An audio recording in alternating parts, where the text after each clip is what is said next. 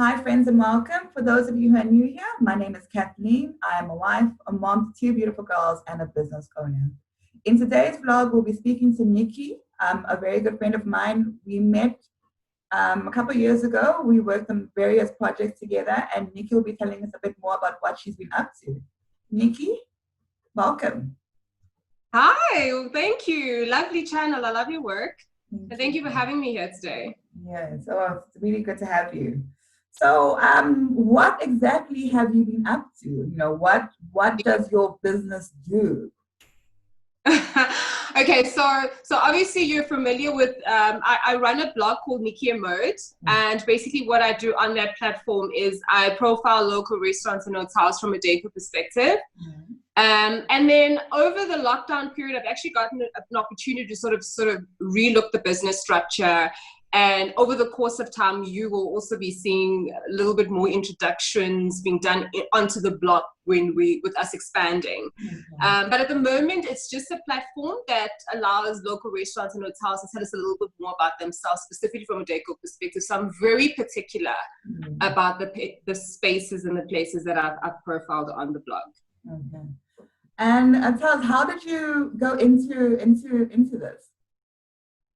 So when I started Nickyemmode, I was working full time, and it initially started as a passion project. I just needed an outlet, some creative outlet to do some work with something linked to decor. And it was actually triggered by my boyfriend and I went out to the Melrose Arch Hotel, and I remember walking in, and automatically when you walk into their entrance, they've got these amazing lifestyle sculptures.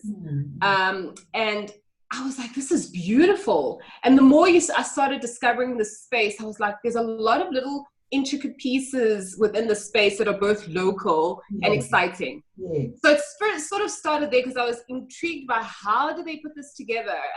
Where's this from? Why is this there? And subsequently, all the other spaces that have come after that I've profiled have always sort of approached the same angle. And also, I just wanted to create a platform for local restaurateurs as well, to understand that your space isn't necessarily about the table and the chairs, but also about the thought process that goes into designing your space. So that was important. Because it's the whole experience. It's the food and it's the the atmosphere as well. So 100%. And I mean, we've got so many talented local designers, interior designers, interior decorators, artists. There's so much that you can incorporate into the space to sort of follow a theme, irrespective of which direction you've decided to take. I mean, the latest restaurant that I profiled was Bapita, which is in Melville. And what they did with their space is that they created a space that was like a Moroccan, it had like a very, that Mediterranean Moroccan feel to it. What I loved about it is that all of that they managed to encapsulate in the decor, and that was fantastic. So there's so much you can do, man, and I just feel like restaurant owners can do much more than just the bare basics. So I'm gonna ask, how did you come about choosing a business name? Obviously it comes from your name. But you know what, the whole business name thing is like, because initially I was like, I want something that incorporates my name, but I don't want to be self-indulgent. I just felt like doing something like Nicky Makhathini, or it was so self-indulgent. I was like, okay, how do I put a spin on this? Because I couldn't go with Nicky M, because automatically when you Google Nicky M, autocorrect or Google correct takes you to Nicki Minaj. Oh, I see. I'm not trying to do that either, but I wanted to incorporate my name with the state of being, sort of, which sort of feeds into spaces and that, and hence I settled on Nickyemmode. And tell me something, as a blogger, a businesswoman, is when you are a vlogger or a blogger, do you have to register your company? So are you registered? Or not yet? It's not something that has to be. You know what I did? So I guess this is the thing as well when you start a business. You get so caught up in the details sometimes that you actually never get started. So what I decided to do is just take the first step, And the first step for me was just getting the site up and running and then starting with the content. Yes. And then subsequently, yes, I have registered the business Okay. simply because, number one, I've got a website running, but the name is up. Listen, I would recommend anyone that wants to start their business to rather reserve the name, which is about 50 Rand, and then start everything else thereafter. You could always come back and register the business. But it was such a gamble for me because, like I said, I started the business, I had the site running, I had all the other accounts running, but the name wasn't reserved. So, that can be tricky because you now putting your name out there in social media and then you can't use the name anymore because it's not yours. 100%. So thankful that now that everything is settled and put together, it actually worked out. The registration also was just one of those things also linked to the fact that the business is going to be expanding and I'll be rolling out all of the information in the coming months. But I realized that I had to sort of put everything on paper and make it as legit as possible to show also just a commitment to myself that this is, I'm taking this business to the next level. Yeah. All right, lovely. And how was, I know you were in corporate, so how was the actual step to leave corporate and go on your own? What would you say you have to do first? Like a number of things, do you have to have a business idea or, what would you suggest? What was your part? You know what? I think the first step is always just the conversation with self. I think that was the very first step for me, was that what value, where am I in my life at the moment, and what is it that I wanted for myself, and where the corporate was meeting those needs. And I think putting it in the term of corporate, I guess it kind of generalizes the direction in which or the space in which you are at the moment. But for me, the spaces that I was with, the companies that I worked with, weren't offering me what I needed and wanted at the time when I realized it and the direction that I wanted to take. And also, and then I also just had to interrogate why. If the intention was to leave corporate, why do I want to leave? Am I leaving because I'm tired of what I'm doing? Am I leaving because there's people around me that are leaving, and therefore I want to be that, to fall into that? So I think the first step is just to be real with yourself. Understand that if you're leaving, what is the next step? And just having conversations with people that matter, not just with people, but with people that matter. I can be certainly thankful that I have a very supportive partner and a very supportive family. So sometimes in moments when you don't really see what you're capable of, you have people that are backing you in your corner that are like, but you can absolutely do this. So I think it's important that you, number one, be real with yourself, have those conversations about what is it that you want with your life, what are the steps that will take you there. But at the same time, don't get too boggled down by the details, because that can really paralyze you at the same space as well. And then just start. I think that's the first thing. Start. Do your research. Speak to people that are in those industries. And then once you've ticked all the right boxes with all of the things I've mentioned, then you can take the next step. I like how you say, do your research, speak to people. I think when you go into business, I mean, I don't think there's a business under the sun that someone else isn't doing. There's someone else who's doing what you're doing, and you can always learn from everyone. Learn. I think people should learn from other people. Learn what are they doing right, what are they doing wrong. Improve on it. Yes, 100%. And I think that you have to do that. And I think also as part of researching the directions you're taking is just figuring out, don't look in one pond, because fortunately we live in a time where access to information is, at the snap of our fingers. So you can go abroad and look at what international, people who are doing what you're doing are doing on international platforms. But understanding who the market is in your specific country and who you're aiming to speak to, definitely important. But also sometimes there's an opportunity for you to come across an idea that hasn't been carried out, and you can still be scared into trying it because you're like, well, nobody else is doing it, so how do I do this?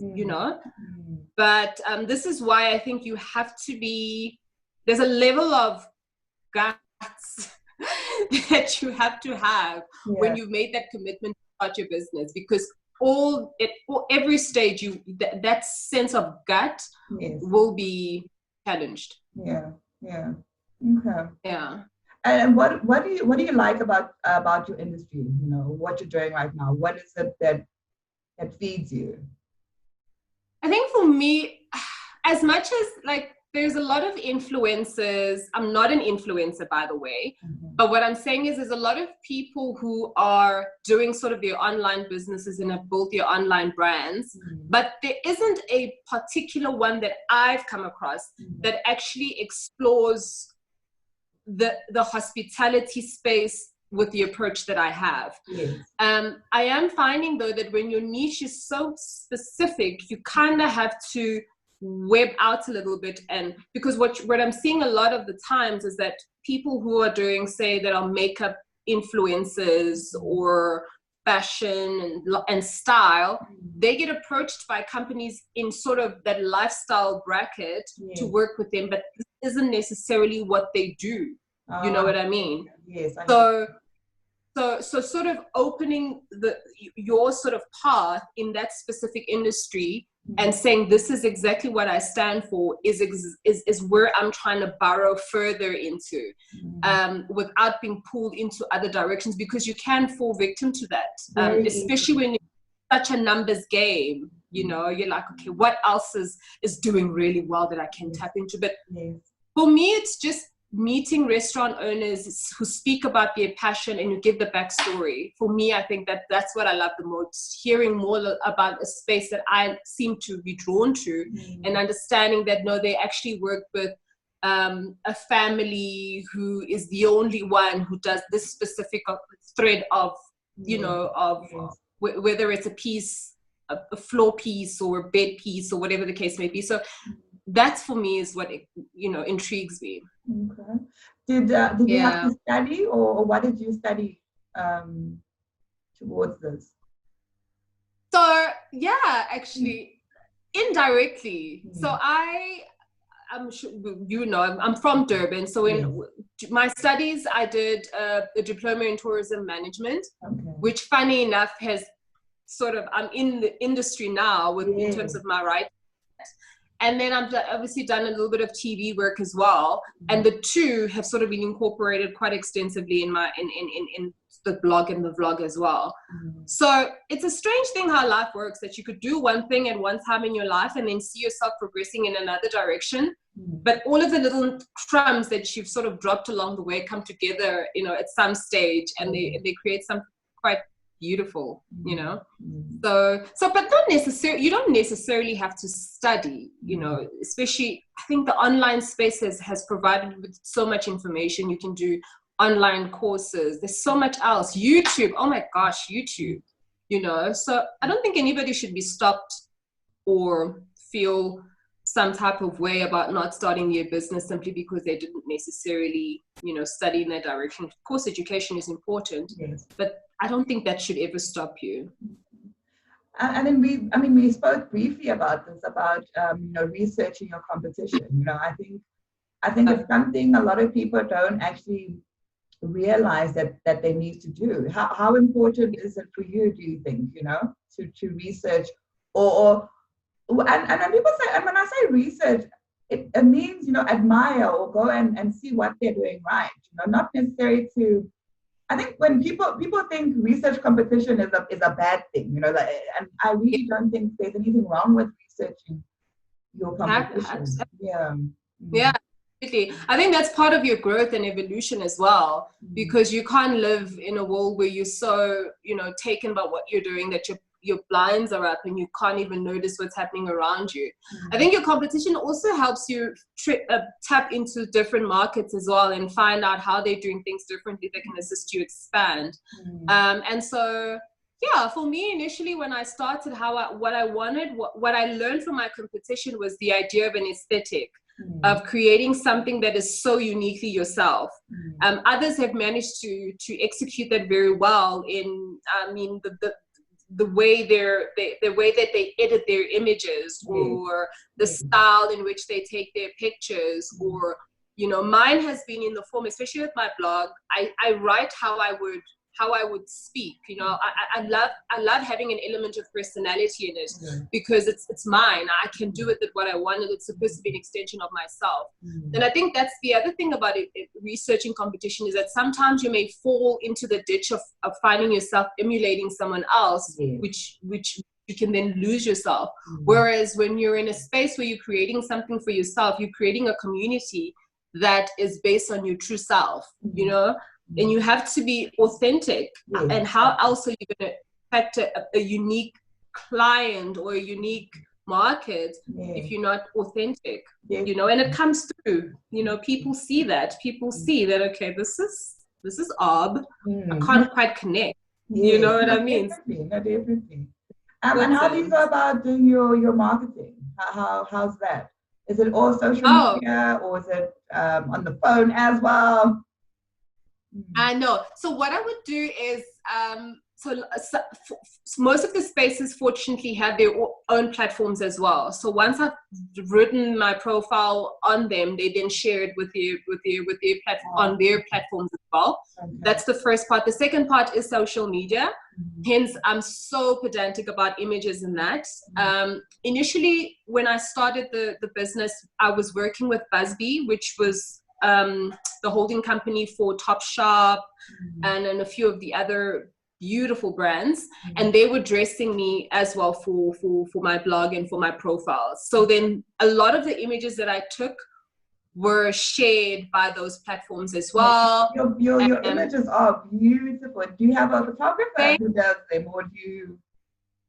I must tell you. So what I do is, it takes 2 days actually when I profile a space. So day one, I would go there and I would meet with either the restaurant owner, a manager, or the interior designer, someone who can give me all the background information into the space and the challenges that they had. And then I will take my own pictures. So then I'll go in there and I'll physically take pictures of the things that I want. So if there's an interesting story about a specific item, then I'll take pictures around with that. Day two is then when I'm all dressed up, and then I go return with the photographer, and then he then just basically takes pictures and or videos of myself and of the space. And then the editing. Beautiful pictures. Thank you very much. And how did the lockdown affect your business? You know, how was that? Yeah, I must say it's been quite challenging in the sense that already when the lockdown had started, I had already secured a few spaces that I was going to profile, you know, for the next coming weeks. And the place that I was actually going to profile that Wednesday canceled on me, I think the Friday. And then there subsequently I've been unable to profile any spaces because obviously, as you'll understand, with all the restrictions surrounding the lockdown, everybody has to be careful.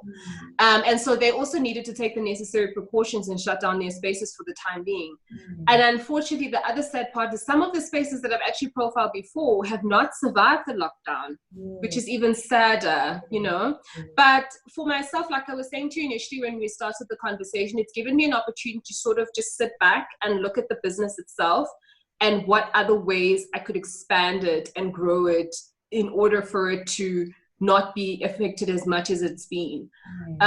So basically the long and short of it is that I've been unable to profile spaces and visit those spaces, but it's also given me the opportunity to relook my business and see how else I can approach it. But fortunately, restaurants will be opening again, and so I can get back to work. But I'm going to give it a little bit more time just for them to adjust as well, because I think at the moment it's just about making sure they meet their targets as well financially, and then pay me to profile them. and what does a successful business look like for you? What do you want Nickyemmode to look like? I know you've got a lot of stuff coming up. Self-sufficient. I think anybody that goes into a business, yes, of course, passion is important. You need to love what you do. But ultimately, the reason we go into business is because we want to make money. And the second part is that second part is also you want to bring value. So I would like Nickyemmode to be a brand that is associated with value added to your business as well. You know, I want it to be positioned as a luxury, high quality space portal that people can go to and consult with, whether it comes to figuring out where you want to go for date night, or, you know, brunch out with the girls, or whatever the space is, but a place that tells a story. I think depth is important, even, you know, not just about a person, but also just depth in the spaces we choose to spend our money. Definitely. So that's definitely what I want to do with it. And what's the most rewarding thing about what you do? I can imagine it's the places you go. I think the first part is just speaking to these restaurants. I don't know, I think there's so much in connecting with people who are so passionate about what they do. It's contagious, you know, it really is. It's absolutely contagious, and how much joy it brings them as well. That's the first part. The second for me is when people actually message me and they say, oh my goodness, I tried the space that you told me about and it was so amazing, or I read it up on your blog post and I'm going to be there, you know. So for me, when I see people gaining business or restaurants gaining business from me profiling them, it always is rewarding. But also meeting these restaurant owners and also just being invited into their spaces and their frame of minds is always equally rewarding. Lovely. And what does beauty mean to you? Beauty for me, geez, it's a difficult one. But for myself personally, it's grace, number one. It's empathy. It's I don't know. I think I always come back to social media. I think especially in the industry that we're in, where so much is placed on how things look, especially the one who's got a blog post that speaks about beautiful places. I think it has to it's just an element of understanding yourself as well, you know, and not just be too bogged down or too carried away or caught up into how things look, but what's beneath the surface. And just being true to yourself, be authentic. I think that's the biggest thing, you know, being authentic, remaining within. So important. The best version of yourself is being yourself. Yes. Absolutely. I mean, you've only got one shot at it, don't you? I mean, there's probably so many versions of that other person you're seeing or trying to be. Just be yourself. Yeah. And can you give us 4 beauty products that you can't live without? One is here. Eucerin. I love this product. Can you see it? Where is it? Here we go. Okay. So this is like, the lip balm. Eucerin products are actually really good. This is not a paid plug, but I love Eucerin on my skin, especially because my skin can, obviously this time of the year, skin is very dry and that. So I love their face wash, love their moisturizers. So Eucerin lip balm, hand cream, coconut oil. Oh my goodness, coconut oil is a must. Water. Where do you use coconut oil? Do you use it for your hair or your body? On my body, especially after exfoliating. Okay. Yeah, I've got dry skin and then Dove lotion as well. Okay. Love Dove. Love the lotion. So those in water. No, I've gone way past the limit you gave me, right? I'm used to it with you. Going. No, with you, I'm used to it. I know you. No, but this has been so awesome. I mean, I'm going to obviously put all your details below. So if restaurants want to get a hold of you, you know, they're able to get a hold of you and they can speak to you about what it is that you do. Anyone else has any other questions? Obviously, we'll put all your details down below. But thank you so much for your time and your patience and coming on. It's been awesome. Thank you so much. Absolutely. Thank you for having me and all the best with your channel. Hey, I'll also, share and do it all, but all the best. I love your work and we'll chat soon. Definitely. Thank you so much, Nicky. Thanks, stay safe. Bye. Bye.